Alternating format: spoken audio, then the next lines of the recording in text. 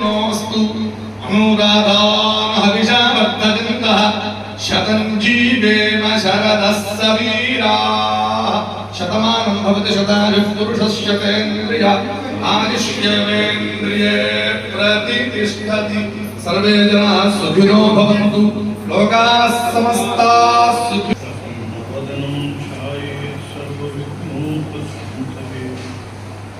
आपदापहर्तारं दातारं सर्वसम्पदां लोकाभिरामं श्रीरामं भूयो भूयो नमाम्यहम् बुद्धिर्बलं यशोधैर्यं निर्भयत्वमरोगता अजाड्यं वाक्पटुत्वं च हनुमत्स्मरणात् भवेत्।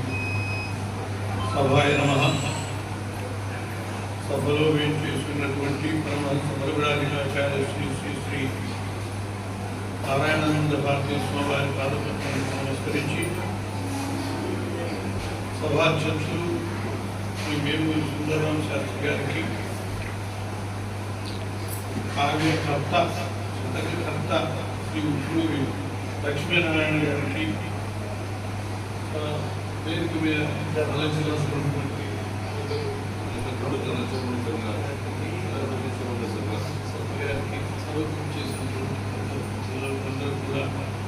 నమస్కృతులు. ఆంధ్ర వాంగ్మయంలో ఒక ప్రత్యేకమైనటువంటి ప్రక్రియ శతక వాంగ్మయం.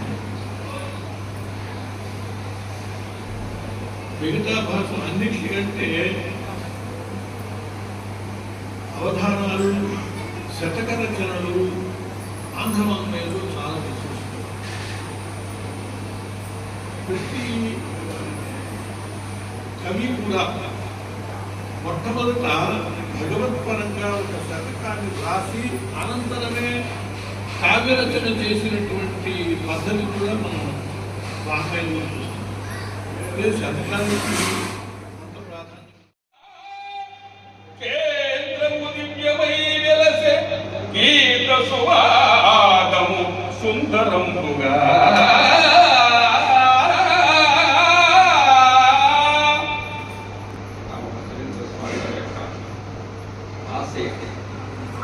బలం, ఆయన సంకల్ప బలం, నాటిన బీజం ఇవాళ మర్రి వృక్షంలాగా, వటవృక్షంలాగా, శాఖోపశాఖలుగా అది ఇవాళ మరి ఎంతో మందికి నీడగా, అండగా, దండగా, మెండుగా మరి కాశీని సందర్శించి అక్షయ మోక్షం పొందడానికి, గంగా స్నానం చేయడానికి.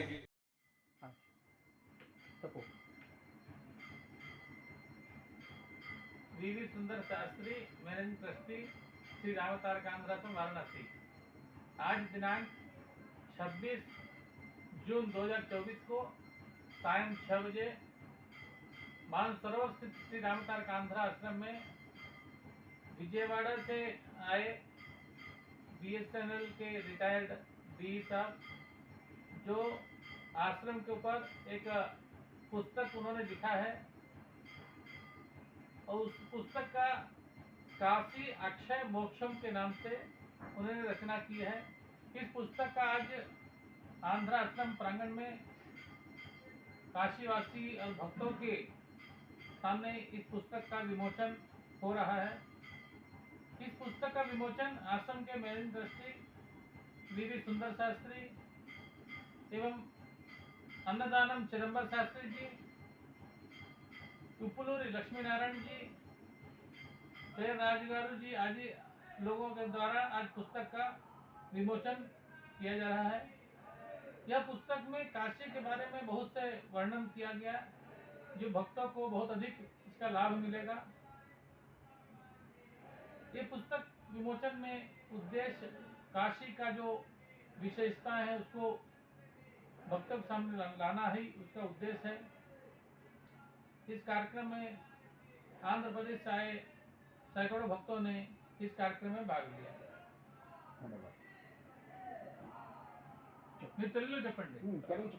చాలా సంతోషం.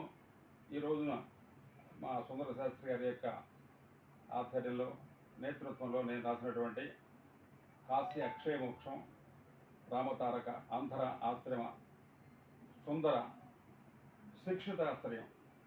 మరి ఆ రెండు కంపేర్ చేస్తూ ఒక శతకం రూపంగా అది వెలువడింది. నేను దాదాపుగా 70 శతకాలు రాశాను. 40-50 శతకాలు ఇక్కడ ఆవిష్కరించడం మహద్భాగ్యం కలిగింది. ఈ పుస్తకాన్ని నేను మా సుందర శాస్త్రి గారికి అంకితం చేస్తున్నాను.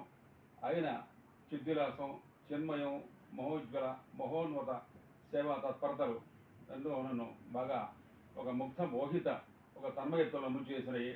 అందుకని ఆయన గురించి ప్రస్తావించి కాశీ పరాభవం, కాశీ అక్షయమోక్షం, కాశీ క్షేత్ర యొక్క మరి మహిమాన్విత మహోజ్వల మరి పుణ్యక్షేత్ర తీర్థ మహిమ అవన్నీ కూడా అనేక కోణాలతో ఇక్కడ రాయడం జరిగింది.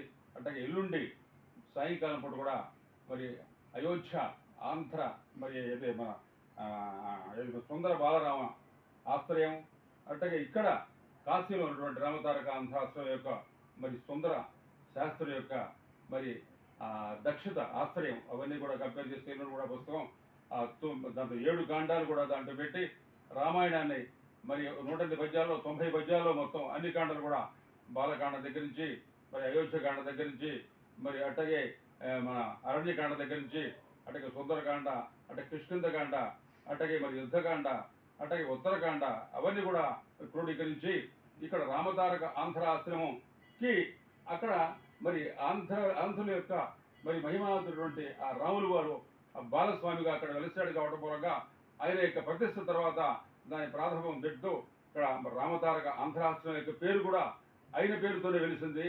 ఇక్కడ విశ్వనాథుడు కాశీలో మరి పోయిన వాళ్ళకి మృత జీవులకు ఉపదేశించేది రామతారక మంత్రమే. అందుకని ఇవన్నీ కూడా మరి అంతా మొత్తం అవగతం చేసుకుని రాయటం జరిగింది. భక్త మహాశైలు అందరూ దీంట్లో పాల్గొన్నారు. విజయవాడ నుంచి ప్రత్యేకంగా వచ్చారు. ఇక్కడ భక్తులు కూడా ఈ కార్యక్రమంలో పాల్గొన్నారు. సుందర శాస్త్రి గారి నేతృత్వంలో, ఆయన యొక్క సారథ్యంలో, ఆయన యొక్క మరి ఆ సారథ్యంలో ఏమైనా జరుగుతున్నాయి. అందుకని మాకు విశేషంగా ఎంతో ఉదాహరణగా ఈ కార్యక్రమంలో పాల్గొనే భాగ్యం మాకు కలిగింది. మరొకసారి మీ అందరికీ కూడా మీడియా పీపుల్కి, ఆంధ్రాశ్రమంలో ఉన్నటువంటి పాలక సభ్యులకి, ఆంధ్రాశ్రమ సిబ్బందికి, భక్త మహాశైలికి నా స్వాగతం సుస్వాగతం.